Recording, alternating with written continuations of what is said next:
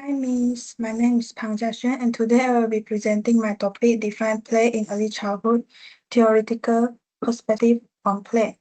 In this presentation, I will explain what is play in early childhood, introduce three important theories about play, discuss the roles of play in early childhood development, and finally explain why play is so important in early childhood education. So let's get started. So first, let's look at the meaning of play. Play is a simple and enjoyable activity where children can play freely without pressure and strict rules. They can choose how they want to play, explore their own ideas, and enjoy learning naturally. Play is very important because it allows children to express their thoughts and creativity. At the same time, it supports children's holistic development, including their physical, cognitive, social, emotional, and spiritual development. Most importantly, children learn through meaningful experience while they are playing. And now let's look at three important theories about play. They are Jean Piaget theories, Lev Vygotsky theory, and Mildred Patton's theory. Each theory explains play from a different perspective, but all of them agree that play is an important part of children's learning and development. And let's start with Jean Piaget. Piaget believed that children learn by actively exploring their development. He introduced four stages of cognitive development. The first stage is the sensorimotor stage from birth to 2 years old, where children learn through their sense and actions.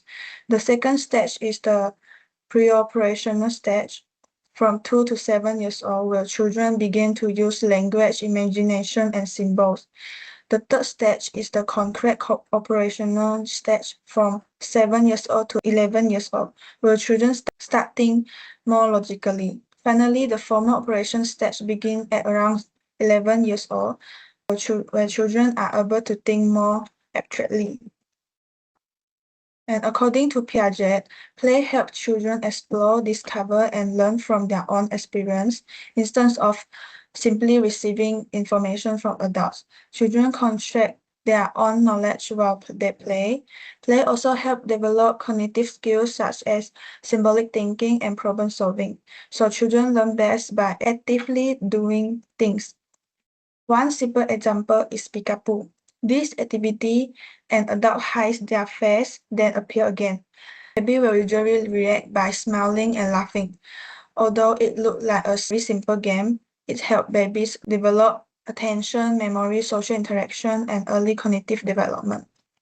And next, let's move on to Vygotsky. Vygotsky believed that children learn through social interaction with other people. His theory includes three important concepts. The first is the zone of proximal development at ZPD. It refers to tasks that children cannot do by themselves but can complete with guidance. The second is scaffolding, which means temporary support given by teachers or adults. The third is the more knowledgeable others, MKO. This can be a teacher, parents, or more capable peers who helps the children learn. And according to Vygotsky, play helps children learn through interaction with others. And during play, children improve their communication, language, and problem-solving skills. With support from teacher or friends, they can achieve more than they could on their own. And for example, children complete a puzzle with the teacher's guidance. When they face difficulty, teacher gives hints and encouragement instead of giving answer directly. These activities help children develop thinking skills, problem-solving ability, and social interaction. And now let's look at the third theory, which is Mildred Patton theory. Patton focused on children's social development through play. She believed that children's play develops through 6 stages. These are unoccupied play, solitary play, onlooker play, parallel play, associative play, cooperative play. As children grow older, they become more social and more organizing. And Patton's theory helps teachers understand children's social development, and children do not immediately know how to play together. They develop step by step from playing alone to working together with others. And this also help teacher plan suitable activity according to children's developmental levels. And a good example is role play. Children pretend to be a chef, waiter, cashier, or customer in a restaurant. They communicate and share ideas and work together to complete the activity. This is an example of cooperative play because everyone has a role and work toward the same goal. And next, let's look at how play supports children development. Firstly, cognitive development. Play encourages children to think, explore, and solve problems. And second, social development.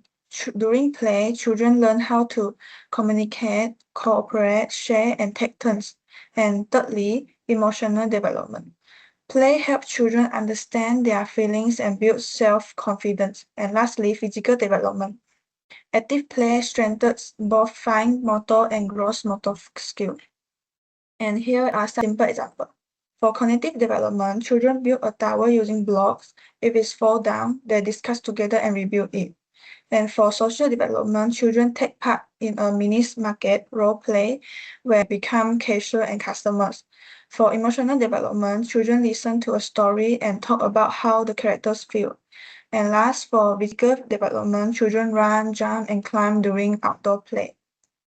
And now let's connect Vygotsky theories with constructive play. From Vygotsky theory, learning through social interaction and MKO, ZPD, and scaffolding, and last in internalization. And linking to constructive play, they will provide opportunities from social interaction, including children and teacher. And teacher will provide scaffolding while children build, and children will become more independent and internationalist. For example, children work together to build a structure using blocks. At first, the teacher, who is the more knowledgeable others, MKO, provides guidance and scaffolding by giving hints and or asking questions. The children complete the task within their ZPD. After practicing several times, they become more confident and are able to build independently. And this process is called internalization. And so why is play important? Play is a natural way for children to learn. It makes learning enjoyable and meaningful. At the same time, it encourages curiosity, creativity, confidence, and independence. But teachers also play a very important role. They should create a safe learning environment, prepare appropriate materials, observe children's interests, ask open-ended questions, provide guidance when needed, and encourage children to cooperate and communicate with one another. And also, play supports children's holistic development. It develops cognitive skills, physical skills, language, social skills, emotional skills, and creativity. A single play activity can help children learn in many different areas at the same time. So to conclude, play is an important part of early childhood education. It supports children's cognitive, social, emotional, and physical development. And the theory by Piaget, Vygotsky, and Patton help us understand how children learn and develop through play. Teachers play an important role by providing a safe, engaging, and supportive environment where children can learn through play. And lastly, I would like to share my reflection. I believe play is a very important part of every child's life. Children also can learn naturally through play, and it is such a meaningful way to learn. And also, children can have fun while playing, while learning and developing in different areas. And here is my reference. And thank you for watching my presentation.